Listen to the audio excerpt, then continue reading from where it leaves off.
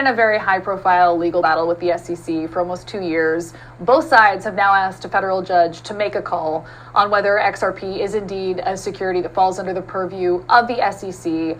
My question to you is, why now, and why are you foregoing the right to go through a trial and present more evidence? Why are you so sure that everything is already out there? So trials are really reserved for when there's a question of fact. And so juries and judges are what are the actual facts? In this case, the facts are pretty clear. The question is about the law. And we think the law is clear. And the law requires, and the statute as written by Congress, the law requires that there's an investment contract. That's step one. Before you even get to the Howey test, which is often talked about, you have to have a contract between two parties. We don't even think we get past that step because an investment contract, if you don't have an investment contract, you certainly don't have a security because there's no agreement, period. If you get to the Howey test, then it's also a question of law. So we think this step of summary judgment is, first of all, the fastest path to resolution. We have been pushing very hard to move this quickly, partly because we think the law is clear, and partly because we think the whole industry needs the clarity we're seeking. Yeah, and I definitely want to come back to the broader implications for the crypto industry. But on that point of an investment contract, the SEC has made the case in its motion that that there can be an investment contract without a contract, any rights granted to the purchaser and without any obligations to the issuer. What do you say to that? In order to have a contract, you have two parties. No matter how the SEC wants to spin the facts, the reality is to have a contract, you have two parties have to agree on something. You don't necessarily have it written. You can have oral contracts, you can have implicit contracts, but you have to have two parties. The reality is there are not two parties. Ripple doesn't know who bought the XRP. The people who bought the XRP don't necessarily know Ripple. You have to remember that 99.9% of XRP trading has nothing to do with Ripple, the company. So when you talk about, okay, XRP is a security, I go back to something I said years ago when this started. A security of what company? Of what, who is the owner? So I think it's very clear there is no investment contract. If you get past the investment contract, which I think is hard, across the Howey test, you also you have to meet all three prongs. And in the case of the XRP case, you can't meet all three prongs for sure. And so we think that the judge will see that the law is very clear. We think the facts are very clear. And we think this is just a gross overreach of the SEC trying to wrest control of that uncertainty that has existed. And really the unfortunate thing is the SEC and really the US government hasn't taken this step to provide that clarity that a lot of other countries around the world have. I mean, for years you've spoken about the fact that lack of regulatory clarity in the U.S. Stands in stark comparison to Switzerland or Singapore. And so we have made steps since you first made that comment. The White House on Friday released a new framework for crypto regulation. But again, it's not hard and fast rules. There are competing bills on Capitol Hill, but nothing has been passed yet. So, I mean, do you still feel that there is just a very amorphous space in terms of regulatory clarity in the U.S.? I do, and I think that the vast majority of people I know in the crypto industry, they want to follow the rules of the road, but we need to provide clarity on what the rules of the road are here in the United States. Ripple, frankly, will hire north of 300 people this year, and we'll do more of that outside the United States, and our growth is 95% from customers outside the United States, and it's partly because the rules of the road are clear in those countries. Way back when I first got involved with technology in the late 90s, the government took the step to clarify what are the rules of the road for the internet. And all kinds of capital flowed in, all kinds of entrepreneurs flowed in, and we saw an amazing explosion of activity and innovation, and that's amazing. And frankly, the US has benefited massively on a geopolitical basis from that. We haven't done that work here, and instead, particularly the SEC, is trying to regulate through enforcement. Yeah. That's a super inefficient way to do this, as opposed to let's do the work, let's provide the clarity. And I think the executive order is an example of taking that step. And I think that as you mentioned, the bills pending that have been introduced, we'll see where they go, one in the House, one in the Senate, I think are positive steps in that direction. I mean, that buzz phrase of regulation by enforcement is something that a lot of people have been talking about with respect to the SEC stepping in and making rules just by virtue of retroactively holding people accountable for things that they didn't realize were a mistake in the first place or were an issue in the first place. So a lot of people are looking to this lawsuit between Ripple and SEC as a moment of setting precedent for the wider industry.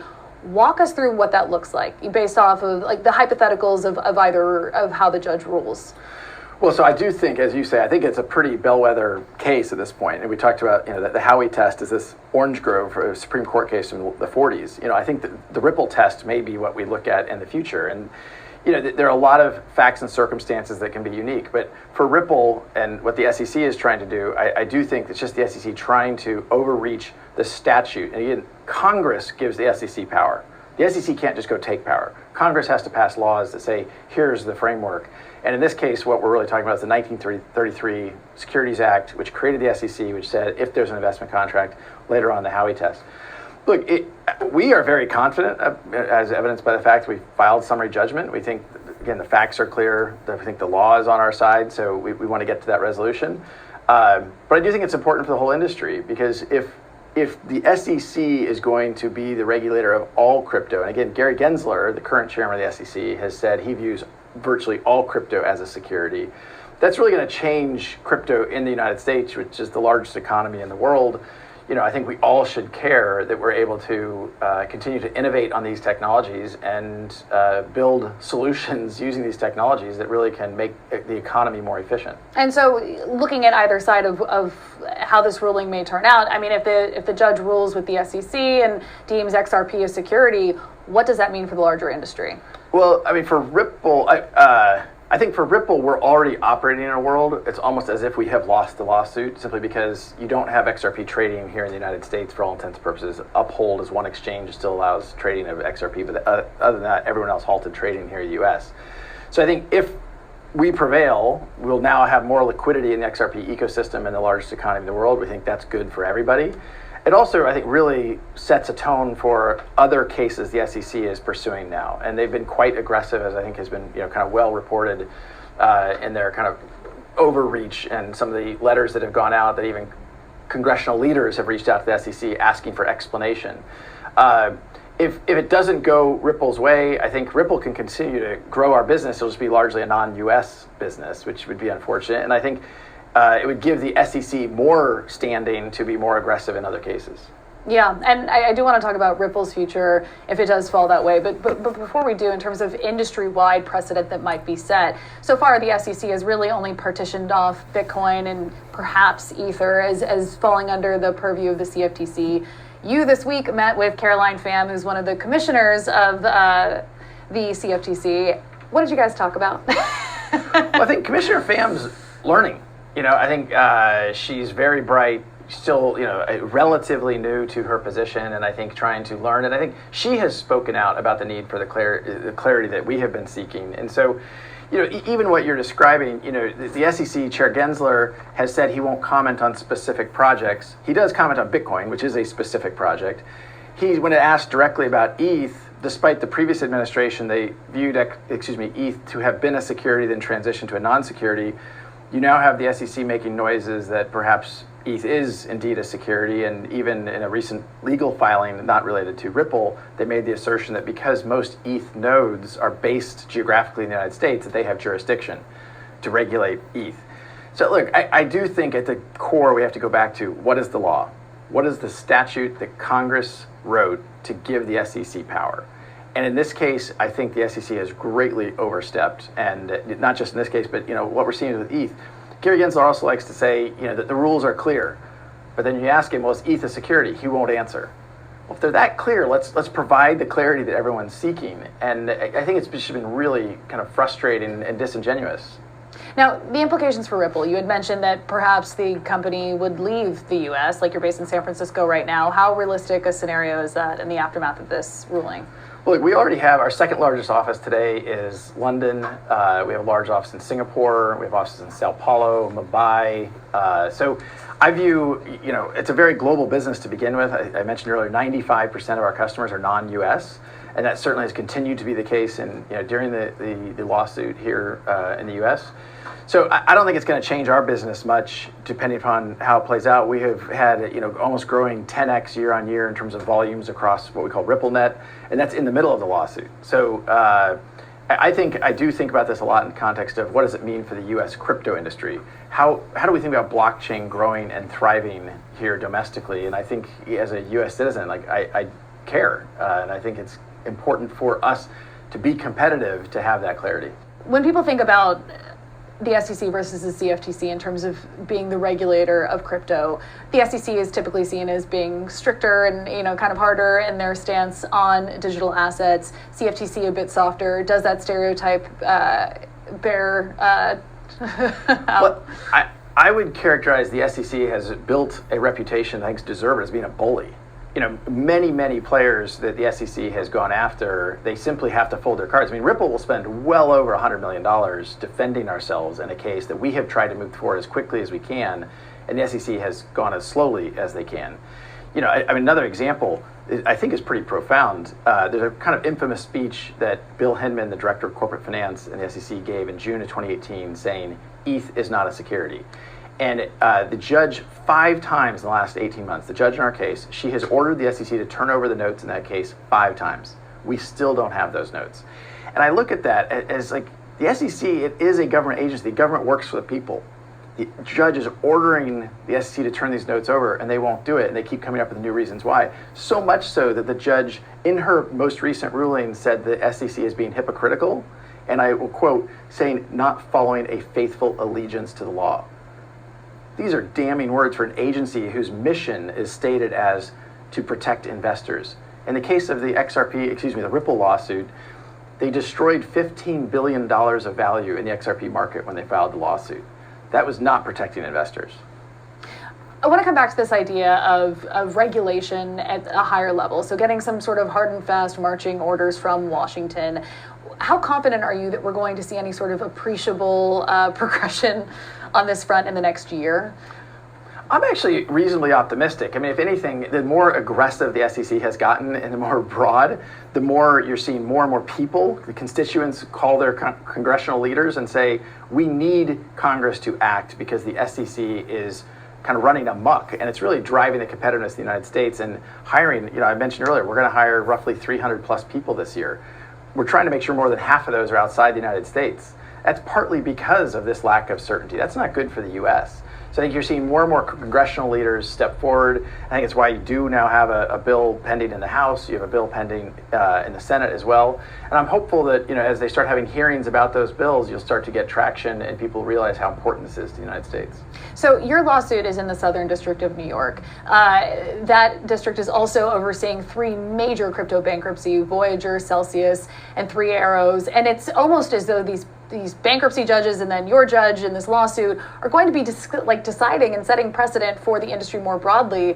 What are your thoughts on the Southern District of New York, that legal jurisdiction becoming such a big voice in terms of crypto regulation going forward?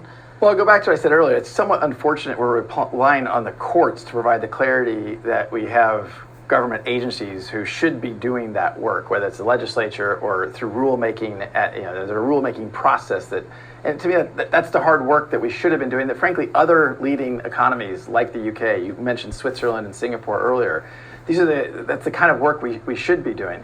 I also will say, I don't know a lot of the specifics in some of those cases, but isn't it interesting we are spending so much energy from the SEC to pursue a case about whether XRP is a security when we have actual frauds occurring underneath their noses, actual bad actions that the SEC wasn't spending time on.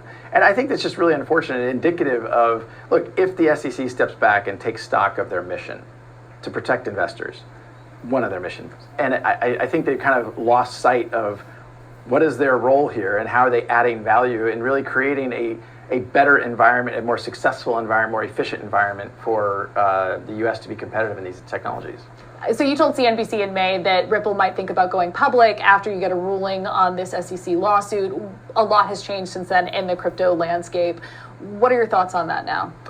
Look, you're right. A lot has changed in the crypto landscape. That is not really true for Ripple. We had a record Q2. We continue to grow, signing up more customers. Volume, we publicly shared that volume on RippleNet grew around 10x year on year through our core product called On-Demand Liquidity. And so I remain very optimistic about the future of Ripple. And I think once we get past this, accessing the public markets is, I think, the right next step to kind of growing our business. But we want to get through the SEC, provide that clarity and get closure on the pending lawsuit. And last month there was a headline that Ripple is also potentially looking at buying some of the assets belonging to Celsius. Where does that stand, and are you at all considering buying the business outright? Well, we are in a very strong position. We have a very strong balance sheet. I think we've publicly shared we have about $1 billion of cash on the balance sheet. And so we certainly look at these cycles that the crypto markets have gone through as opportunities. This is really the third downturn crypto winter that I have been around Ripple for, and each time Ripple has kind of emerged stronger. And so we look at it as an opportunity to continue to grow and make sure we're solving customer problems, make sure the customers who already depend upon us can depend upon us for more things potentially. So we'll continue to look at opportunities, and some of the assets we see around are priced differently today than they were 6 months ago. Right, and so we are in the midst of this crypto winter. We've seen a lot of layoffs with other crypto firms. Where do you see us headed from here? Like it's definitely been a tighter time horizon in terms of coming out of these bearish moments for the market. Do you think that we're looking at emerging from this in the next 6 months, or do we have a while to go? Look, I tweeted publicly, you never want to see the industry go through this, and the layoffs are painful. I think it does let people step back and really focus on building. People talk about it as crypto winter. It's like, well, it's crypto building time. It's the season to actually make sure you're solving a problem. In Q2, when a lot of these companies were doing layoffs, Ripple added over 100 new positions. We hired over 100 people in Q2. So it's very hard to predict, when these gyrations come and go, and I give the counsel internally at Ripple of take the long view, and Ripple's always taken that long view of let's make sure we're solving a customer problem, let's make sure we're delivering utility using these technologies.